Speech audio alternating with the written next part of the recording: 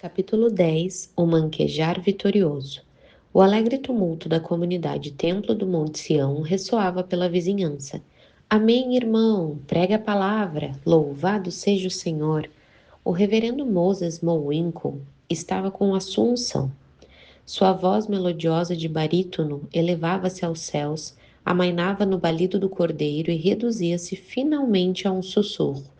Ao final do sermão, 200 adoradores explodiram em louvor, danças, lágrimas e incontida alegria. O culto de 3 horas terminou ao meio-dia e a comunidade de fé saiu em fila para a rua. Viviam todos em Lemon Street, o gueto negro. Isso foi em 1938, em Baltimore. O racismo estava profundamente arraigado na cidade, os negros eram considerados gente à parte, mas não em condição de igualdade. Eram tolerados contanto que se colocassem em seu lugar e permanecessem ali. A superioridade do homem branco era universalmente reconhecida, bem como a inferioridade dos pretos, como todos na vizinhança os chamavam. Se algum preto arrogante perdia o bom senso e se aventurava num armarinho sofisticado da parte branca da cidade, não se permitia que ele experimentasse as roupas antes de sua possível compra. Afinal de contas, um freguês branco podia vir ainda mais tarde querer vestir aquele mesmo paletó. Os negros viviam em edifícios dilapidados, as janelas do segundo andar ofereciam uma esplêndida vista das latas de lixo dos brancos. Na sua maior parte, a comunidade templo do Monte Sião permanecia fechada em si mesma. Enquanto isso, o inflamado debate teológico na porção elegante da cidade era: como Deus permitiu que o preto Joe Louis se tornasse campeão do mundo na categoria peso pesado? Estaria Deus exigindo vingança dos brancos por algum pecado não confessado? Seria apenas uma brincadeira cruel de uma divindade travessa? Ou talvez fosse como Woody Allen colocou anos mais tarde: não é que Deus seja cruel, é só que Deus fica aquém das nossas expectativas. Poderia ser que Deus não existisse? A fé havia sido restaurada em 1936, quando a grande esperança branca da Alemanha nazista, Max Schmeling, havia espancado Louis sem misericórdia por 11 rounds e o nocauteara no fim do 12º. A honra de Deus havia sido vingada e a supremacia branca havia sido restaurada. Uma nova disputa entre o Bombardeiro Marrom de Detroit e a Esperança Branca de Munique foi agendada para o verão de 1938. Em Baltimore, a expectativa caucasiana disparou.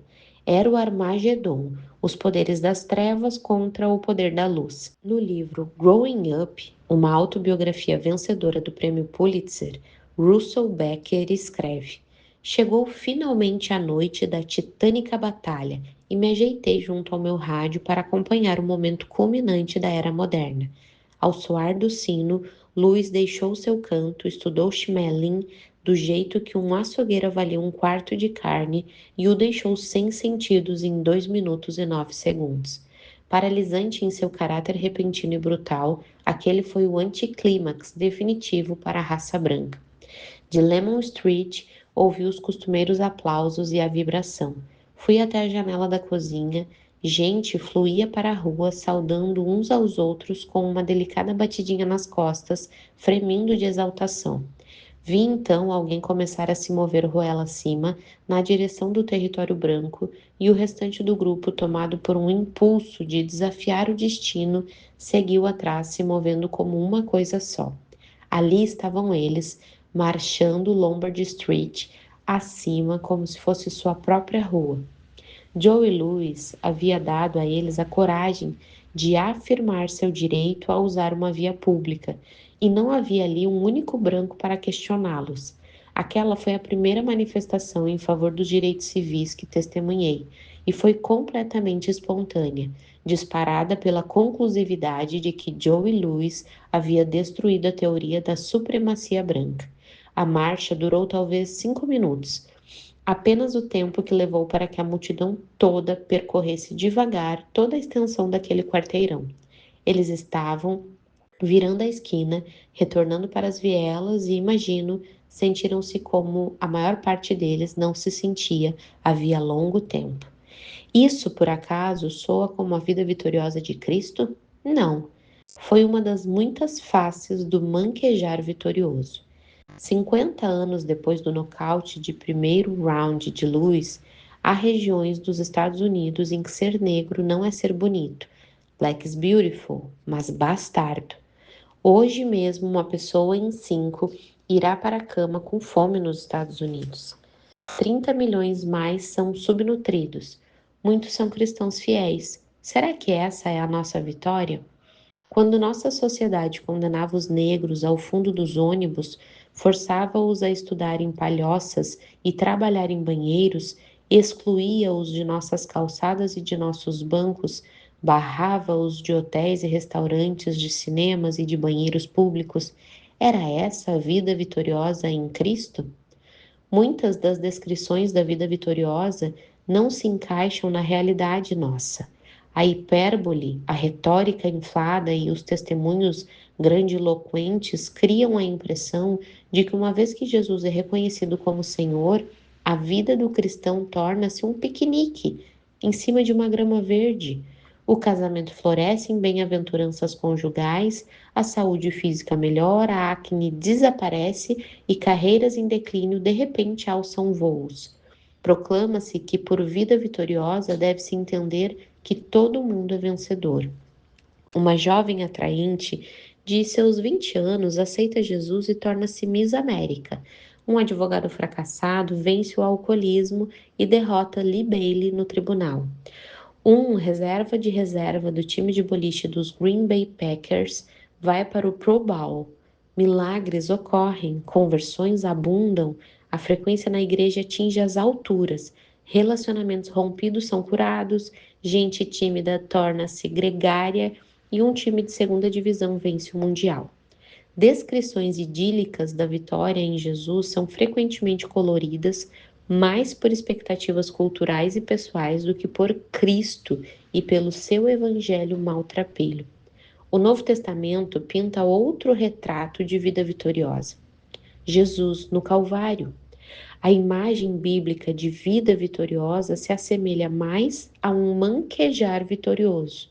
Jesus foi vitorioso não porque nunca hesitou, respondeu asperamente ou questionou, mas porque, tendo hesitado, respondido asperamente e questionado, manteve-se fiel. O que faz discípulos autênticos não são visões, êxtases, domínios de capítulos e versículos da Bíblia ou um sucesso espetacular no ministério, mas a capacidade de se manter fiel. Fustigados pelos ventos volúveis do fracasso, surrados por suas próprias emoções rebeldes e machucados pela rejeição e pelo ridículo, os discípulos autênticos podem ter tropeçado e caído com frequência, experimentado lapsos e lapsos, ter se deixado algemar aos prazeres da carne e se aventurado em territórios distantes, mas permanecem voltando-se para Jesus. Depois que a vida traçou algumas linhas em seus rostos, muitos seguidores de Jesus adquirem um sentido coerente deles mesmos pela primeira vez, quando alegam modestamente: sou ainda um maltrapilho, mas estou diferente. Estão certos. Onde o pecado abundou, superabundou a graça. O retrato de Pedro, a rocha que provou ser um amontoado de areia, fala a todo maltrapilho em todas as gerações. Pedro havia construído todo o seu relacionamento com Cristo no pressuposto de que era capaz de agir de forma adequada. É por isso que foi tão difícil para ele encarar a sua negação a Jesus. Sua força, sua lealdade, sua fidelidade eram bens fornecidos por ele ao discipulado. A falácia na mente de Pedro era a seguinte: ele cria que seu relacionamento dependia da sua consistência em produzir as qualidades pelas quais ele achava que havia angariado a aprovação do Senhor. Muitos de nós enfrentam o mesmo problema. Projetamos no Senhor nosso padrão mensurado de aceitação.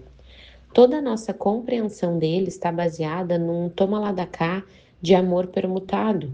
Ele nos amará se formos bons, éticos e diligentes. Mas nós trocamos as bolas, tentamos viver de modo a que ele nos ame, em vez de viver porque ele nos amou.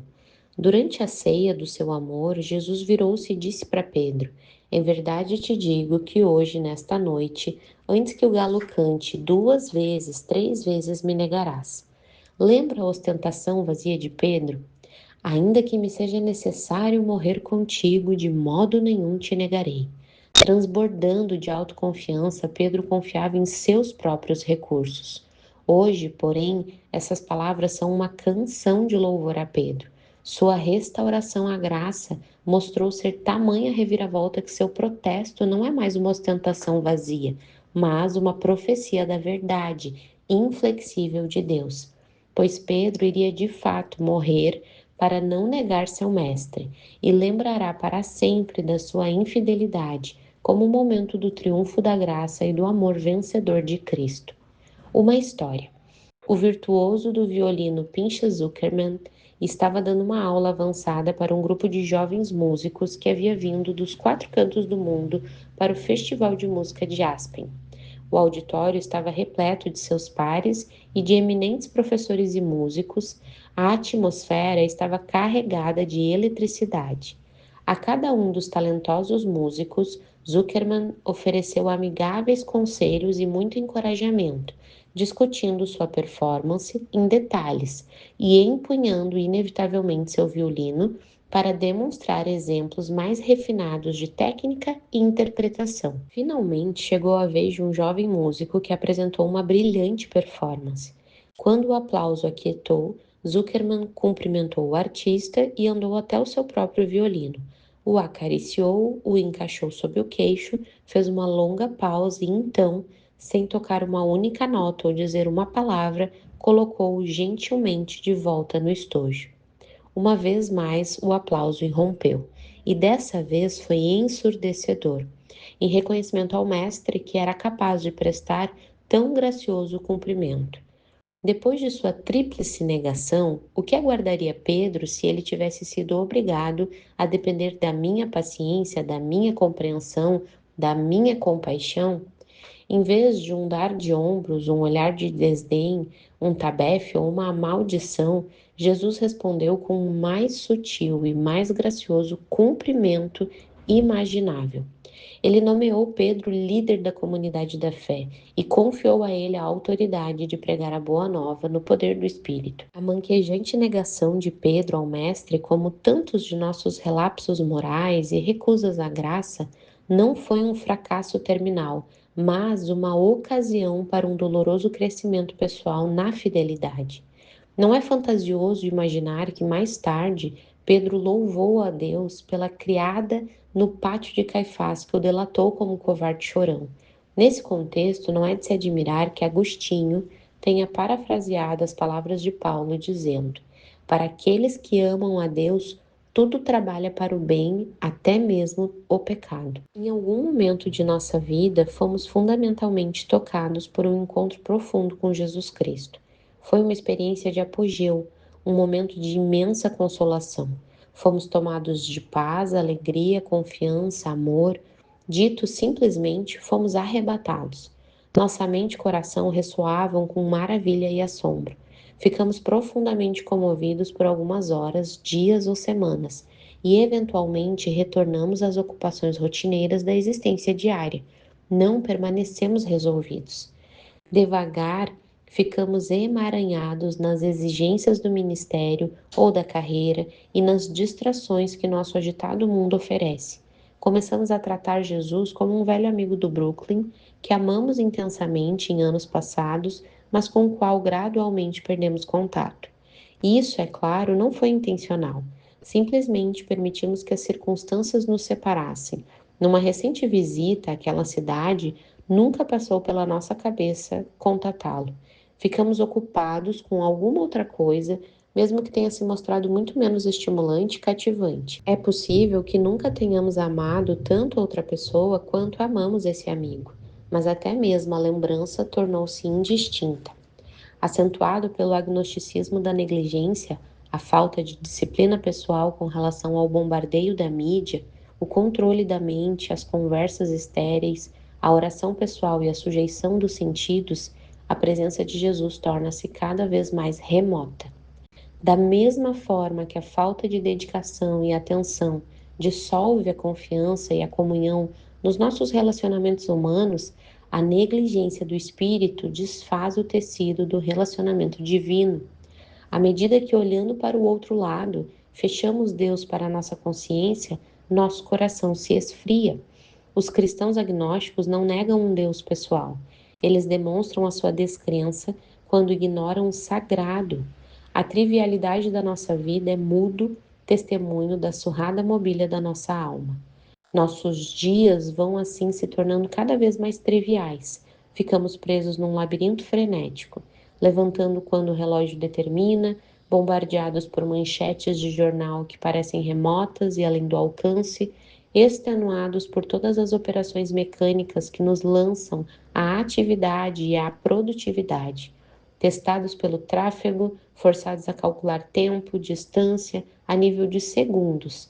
Elevadores, telefones, engenhocas guiam-nos pelas interações necessárias e mantêm as interações humanas superficiais num nível mínimo. Nossa concentração é interrompida por reuniões e pequenas crises. No fim do dia, rebobinamos a nós mesmos. Tráfego, automação, manchetes, até que o alarme do relógio imponha o acordar de uma nova manhã. Rotinas de procedimentos e de timing. Pouco espaço para responder humanamente e com humanidade aos eventos diários. Pouco tempo para adentrar a sabedoria e o vigor e a promessa de suas oportunidades. Sentimos nossa vida sufocando-nos, confinando, nos moldando. Estabelecemos e nos conformamos a vida de piedade confortável e de virtude bem alimentada. Nos tornamos complacentes e vivemos vidas práticas. Nossas débeis tentativas de orar são repletas de frases pomposas direcionadas a uma divindade distante. Até mesmo ocasiões de adoração se tornam triviais. É este o manquejar vitorioso frequentemente vivido por este escritor. Em momentos diferentes da jornada, tentei encher o vazio que acompanha muitas vezes a presença de Deus por meio de uma variedade de substitutos: escrever, pregar, viajar, assistir televisão, cinema, tomar sorvete, relacionamentos superficiais, alguns esportes, música, devaneios, álcool. Como diz Anne Dillard, há sempre uma enorme tentação de se embromar fazendo amigos efêmeros, refeições efêmeras e viagens efêmeras ao longo de anos efêmeros sem fim. Ao longo do caminho, optei pela escravidão e perdi todo o desejo de liberdade. Amei meu cativeiro e aprisionei a mim mesmo no desejo por coisas que na verdade eu odiava. Endureci meu amor contra o amor verdadeiro. Abandonei a oração e fugi da simples santidade da minha vida. Num determinado dia, quando a graça me arrebatou, voltei à oração. Meio que esperei que Jesus me replicasse: Brennan, quem mesmo é você? Nenhum dos meus fracassos na fidelidade mostrou-se terminal. Vez após outra, uma graça radical se agarrou a mim, nas profundezas do meu ser. Me levou a aceitar a posse das minhas infidelidades e me conduziu de volta ao quinto passo do programa dos Alcoólicos Anônimos. Reconhecer diante de Deus, de outro ser humano e de mim mesmo a exata natureza da minha transgressão.